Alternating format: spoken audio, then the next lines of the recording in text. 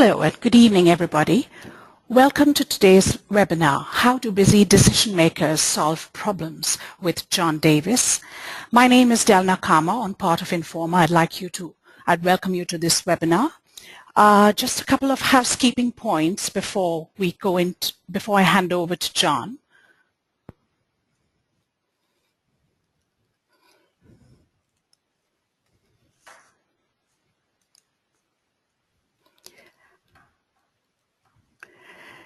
Slides will be available on SlideShare and the link will be emailed to you. A recording of the webinar will also be emailed to you. Please do take time to complete the post-webinar survey that will pop up at the end of the webinar.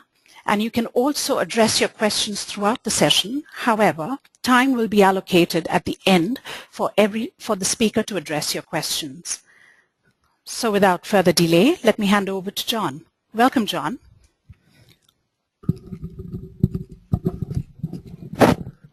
Hello, Delna. Thanks very much for opening.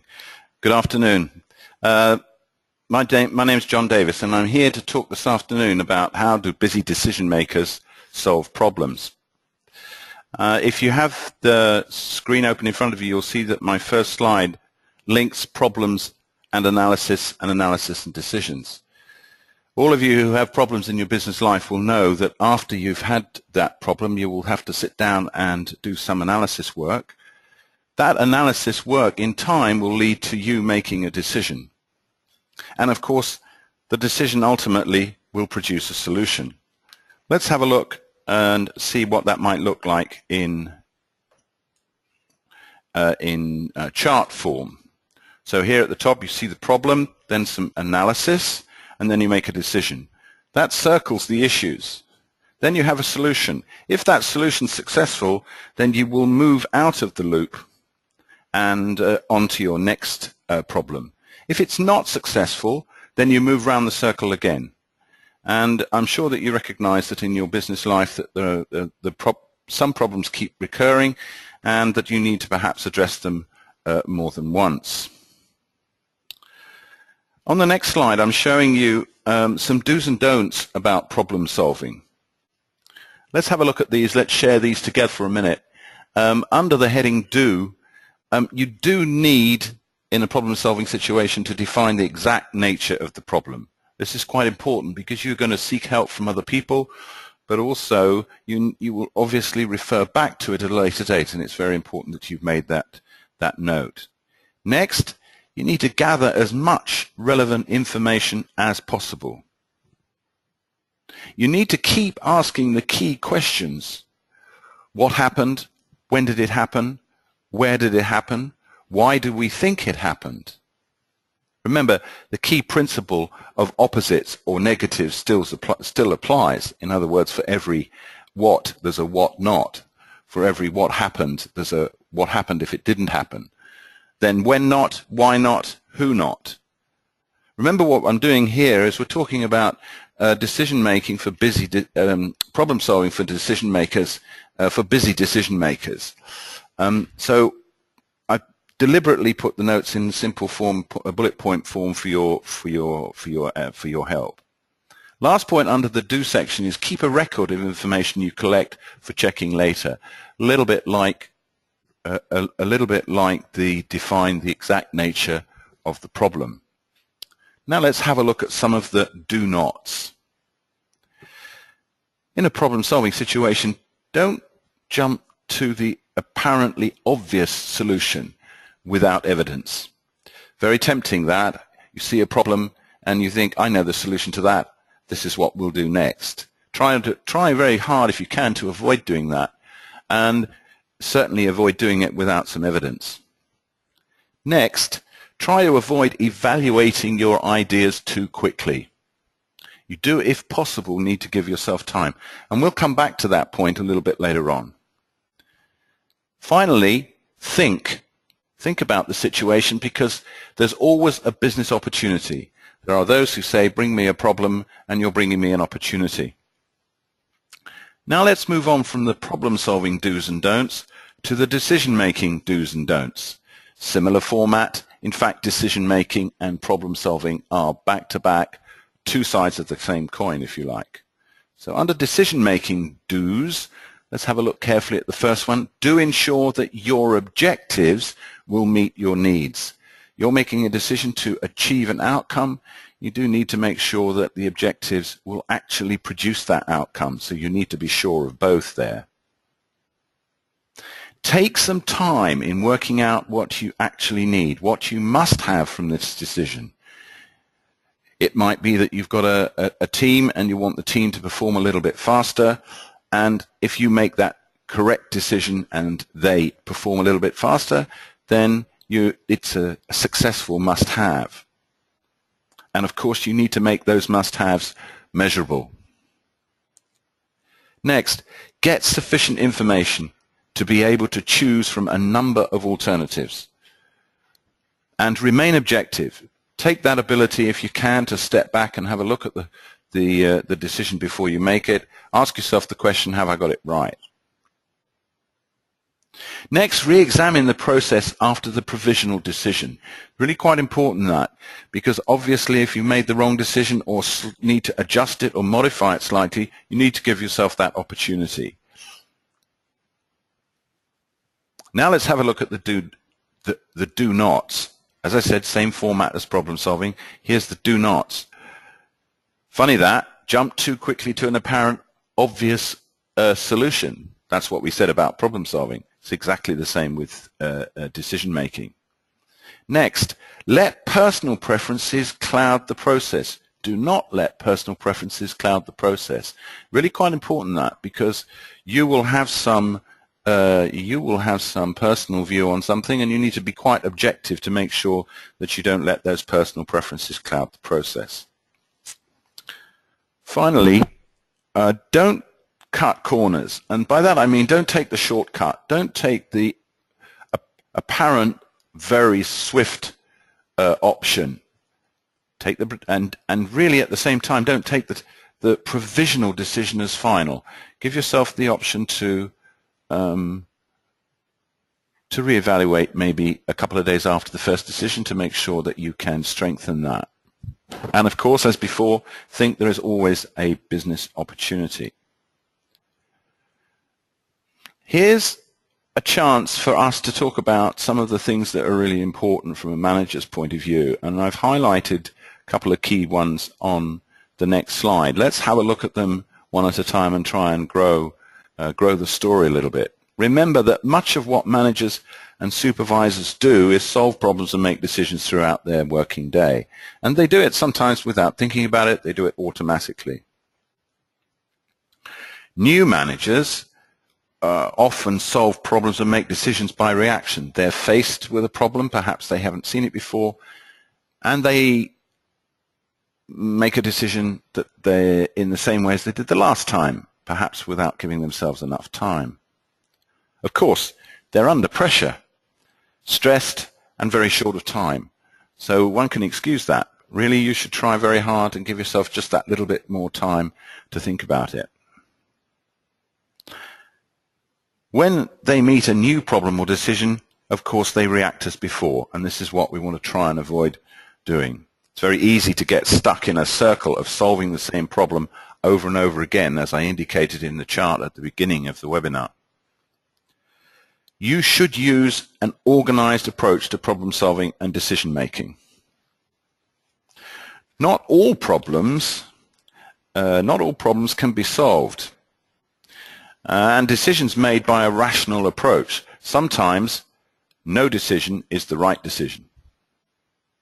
And finally, some people actually see problems as opportunities. They thrive on solving people's problems, solving problems in their own part of the business. So a little checklist, if you will, on the approach, the manager's approach. What I prepared for you next are some guidelines, if you like, a key process list that you can use to remind yourself of the things that you need to do. Let's have a look at this. I've called it guidelines, and as you can see in the top right, key process list, something that you might refer to. This is a shortened version of the one that I defined very clearly in the workshop that we've got later on in the early part of the year. I think that's in March, and good opportunity for you to test out your problem-solving skills. We'll perhaps talk about that a little bit later. So, first of all, as I said earlier on, define the problem, and defining the problem with input from yourself and other people. So you need to ask questions. You need to ask questions in a way that gets you the best answer. I'm sure you guys know the difference between an open question and a closed question. A closed question is when the answer is either yes or no. And you're looking for information, so you want to ask an open question. And an open question is a why, what, where, who, when type question. And you'll see that down the left-hand side on these points A to G that I've highlighted. So let's have a look at them. First one, what can you see that causes you to think there's a problem? Now, if you're not sure, you know there's a problem, but you're not sure, don't be afraid to go and ask somebody else. Don't be afraid to ask an experienced member in your own team. If you're leading a team which has got a problem, and there's somebody in the team that's very experienced, don't be afraid to go and ask them. You'll probably know when you see it, what can you see that causes you to think there's a problem? Next, where is it happening? Is it happening locally? Is it happening nationally? Is it happening in a number of different places? You need to try and keep a firm note of that. You need to make sure that you have understood where it's happening and that you can express that to other people. How is it happening? When is it happening? Those two questions are really, really important. How is it happening? So what's appearing to tell you that there is a problem? You'll see in a little minute, we'll give you a couple of examples. The next is, how is it happening? Then when is it happening? Make sure you make a note of the timescale so that you've got an idea as to whether it's an intermittent problem or a continuous one. With whom is it happening? So who's involved? Remember, issues before people. It's important that you face that. You need to put the personalities and the people side of situations to one side for a moment, just to make sure that you get the issues very clear. Then, why is it happening? So answering those questions from A to F is really, really quite important. And then the final point, write a description of the problem in terms of what should be happening and is not, or what is different from what should be happening. So here you're looking for the differences so that you can identify and answer the questions that I've just outlined. I want to highlight a couple of the things that we've talked about in this list. So let's take another step. The first one is defining complex problems. If the problem still seems overwhelming, break it down into smaller steps before asking the question. You see in the bottom right-hand corner here, I've written think, slice bread. Well, we'll come on to that in a second, and I'll explain that. You'll see quite clearly where I'm coming from. Verify your understanding of the problems with others to check your assessment that actually you are seeing the problem in the same way that they are. Next, you need to prioritize the problems. Put them in order of importance, in order of risk, if you like. If you discover that you're looking at several related problems, then prioritize which ones you should address first. That's quite important. Then check the difference between important and urgent problems. You don't want to be in a situation where everything is urgent. Busy decision makers don't have spare time, so you need to address the ones that are really important first, and then, having prioritized the others, take the important ones next. Often what we consider to be important problems are really just urgent issues. And finally, understand your role in the problem. Where do you fit into the story? Are you part of it? You could be part of the cause of the problem, so you need to be aware of that. Your role in the problem can influence how you view the role of others, so you need to be sure about that. Check on your feelings about your role in the problem. You should not ignore the views and involvement of others. Very, very important that you want as much information as possible because you want to make a valued decision at the end of the process. Earlier on in this slide, I mentioned sliced bread. Let's have a look and see what that really means. When you look at a problem and it's a big problem, like a large loaf of bread, it's quite difficult to understand that problem, and the brain sometimes shuts down. Or it says, I can't be bothered to look at that, it's too complex for me. When you start to slice that down into smaller pieces, then it's easier to see, it's easier to understand. Doesn't mean that the problem solving or the decision making process needs to take any longer, it just means that you're taking smaller steps, one slice at a time. So slicing the problem into smaller pieces makes it easier to see, easier to manage, and easier to solve. So if you like, my first real tip for busy decision makers is to imagine that the problem in front of you is a loaf of bread, and that you're now going to slice that bread into smaller pieces. And you'll find that your brain will automatically say to itself, yeah, I can manage that individual slice. I couldn't manage the loaf, but I'll come to the other slices in a minute. It's really a good little picture to keep in your mind when you're facing problems and decisions. Okay, let's take the second step. I'm just going to flick the slide back for a minute. You'll see that I started by, under the guidelines, define the problem. That was my first point. And from define the problem through think, slice, bread, I highlighted slicing the problem into smaller pieces makes it easier to see, manage, and solve. I'm now going to move on to point number 2 of the guidelines. So point number 2. You need to try and identify alternative approaches to solve the problem. At this point, it's useful to keep others involved. Putting a brainstorming session together for solutions to the problem. Sharing those in a roundtable situation in a fairly relaxed way, but under a little bit of time pressure, can bring some fairly good solutions. Very simply, brainstorming is collecting as many ideas as possible and then sorting them out to find the best idea. So you're trying here at this stage to identify alternative approaches to solve the problem. It's critical when collecting the ideas to not pass any judgment at this stage. Just want to collect the ideas, judgment comes later. Just write them down as you hear them from a group of people that you've assembled. And this happens quite a lot in business and commerce and industry, where a team or part of a team will sit around the table and discuss a particular problem or situation, and they'll identify a number of different ideas. 4 or 5 brains are better than one. Then next, the next point on the guideline list, and as I said, this is a selection from the full list, which is much longer than this, but I wanted to highlight just 3 key points. So the number 3 is to select an approach to resolve the problem. When selecting the best approach, you really need to consider which approach is the most likely to solve the problem for the long term. If you can see that early on, then that's a really, really good situation. Doesn't always happen, so you have to be prepared for some short-term measures perhaps, but you want to try and uncover the solution to the problem for the long term. Next, which approach is the most realistic to accomplish for now? So what can we do now that will help us on our way to a long-term solution? Next point to make is, do you have the resources? So have you got a contingency fund in your budget? Have you, or are you going to have to fund the solution to the problem out of normal costs?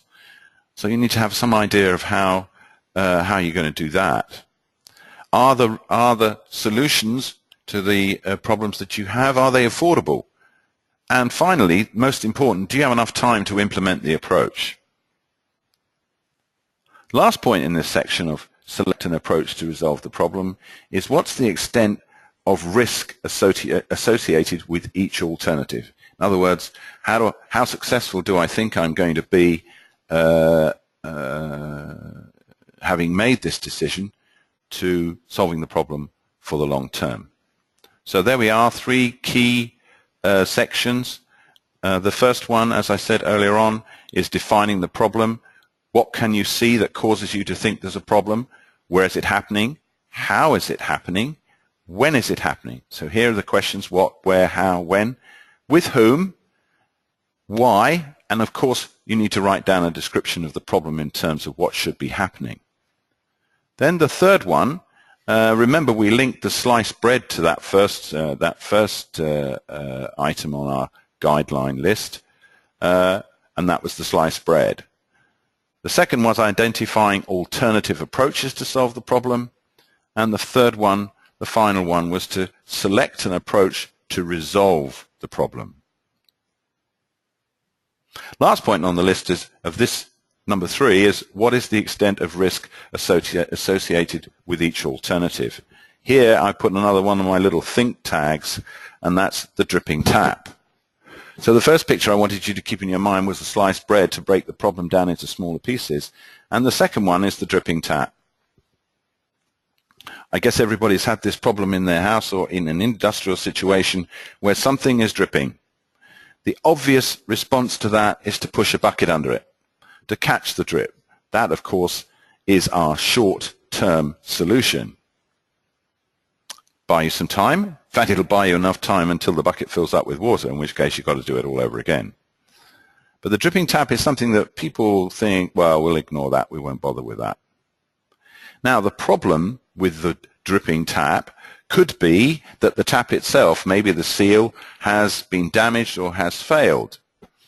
It could also be a situation where the pressure in the line, in the water pipe to the tap, has increased beyond the capability of the seal in the tap.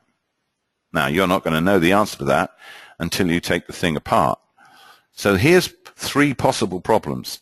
The tap is dripping because the tap's failed, the seal's failed in the tap, or the water pressure is too high.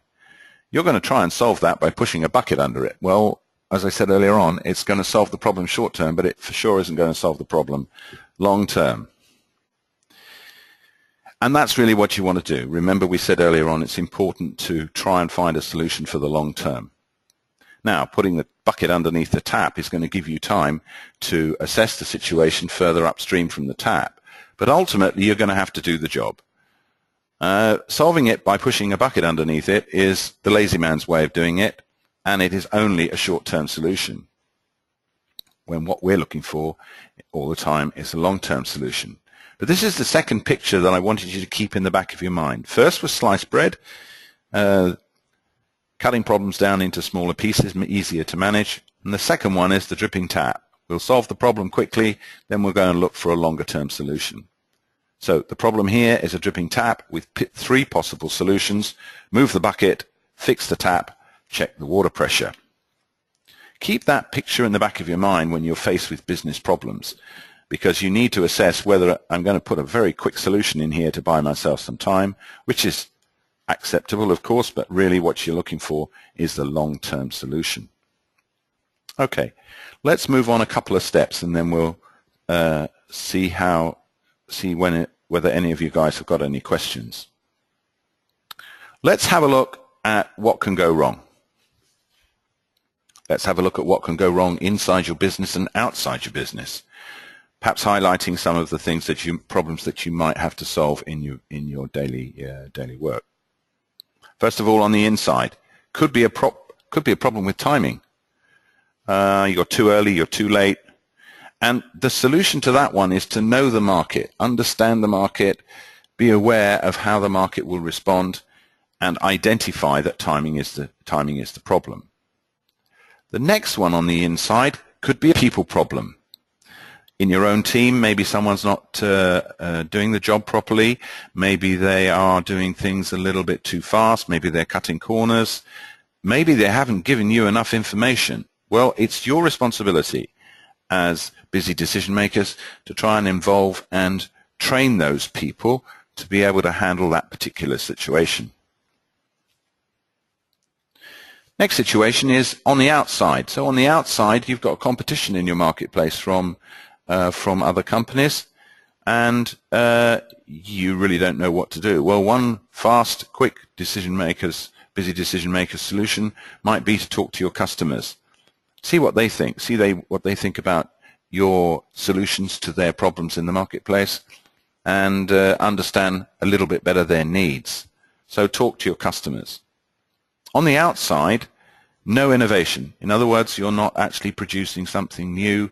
You're not producing something different enough for your clients. Your solution to that really is, again, to talk to them, listen to them very carefully, make sure that you've understood their needs. So, under what can go wrong, focus on the inside, focus on the outside. On the inside could be timing and people, in which case you should know the market and involve and train your people. And on the outside, if it's competition, talk to your customers. If it's no innovation, also talk to your customers. In fact, listen to them very carefully. They will give you solutions to a lot of your problems. Let me take you now to the last slide in this short webinar. I've highlighted here awareness and business focus are key. In the problem-solving and decision-making process, you really do need to have a good understanding of what's happening around you. You do need to have, let's say, business awareness, strengthening that word awareness, but also a business focus. So what do I mean by business awareness? It means that you've understood your marketplace, you've understood the forces that are acting upon your business from the market. It might be from suppliers, it might be from customers, it might be from competitors. That's going to help you in positioning the problem that you're facing.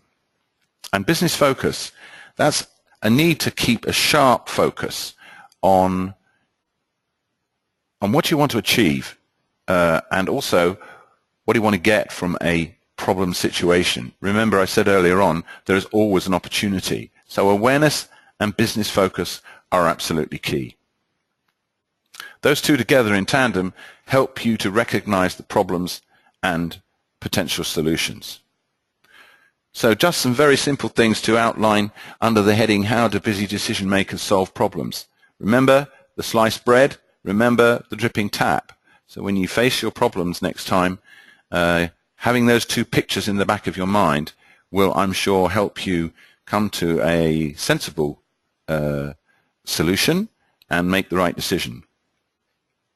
What we'd like to do now, if we can, is take some questions and consider some of the issues. I'm going to leave the slides on the screen so I can move back to any one of the slides that relates to your questions. Let's see how many people we've got who've got questions. We're just going to switch it on here. And the questions are here. Okay.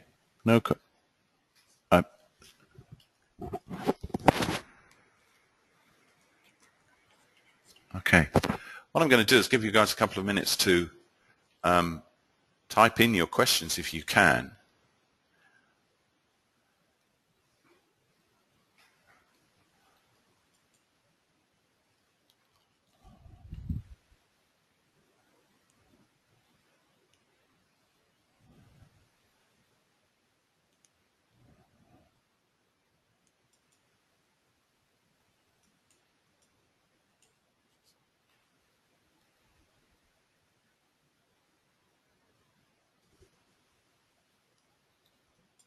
Okay, for everybody, it doesn't seem that there are too many questions, which is, I guess, good and bad. Let's just quickly take the opportunity to run through just a couple of the key points again. Let's take you back to the beginning. Remember, we said at the beginning, problems require analysis, analysis leads to decisions, decisions produce solutions. Think of that in a circle. We've called it, or I've called it, the circle of problems and solutions. So after the problem analysis, then decision, then solution. Now if that solution is correct, then you're going to leave that circle of problems and solutions.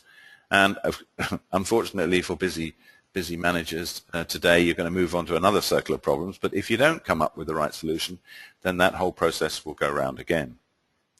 Then we highlighted some do's and don'ts under problem solving, and we also did it for decision making. Well, let's look at problem solving first. First of all, under do's, do define the exact nature of the problem. Gather as much information. Keep asking the key questions. What, when, where, why. And do keep a record of the information you collect for checking later. Next, don't jump to apparent obvious solution without evidence. And don't evaluate your ideas too quickly. Remember, think there's always a business opportunity. Okay. Next, under decision making, do ensure that your objectives will meet your needs. Take time in working out must-haves, get sufficient information, re-examine the process after the provisional decision, and under the do not heading, do not jump too quickly to apparent obvious solution. Don't let your personal preferences cloud the process. Do not cut the corners or take the provisional decision as final. Think there's always a business opportunity. We might have a question here. Here we go. Aha. Very interesting. What would be the first step if the decision is wrong? If you remember, I said just now that you should not necessarily take the your decision as the final decision. Let me move you to, if I can,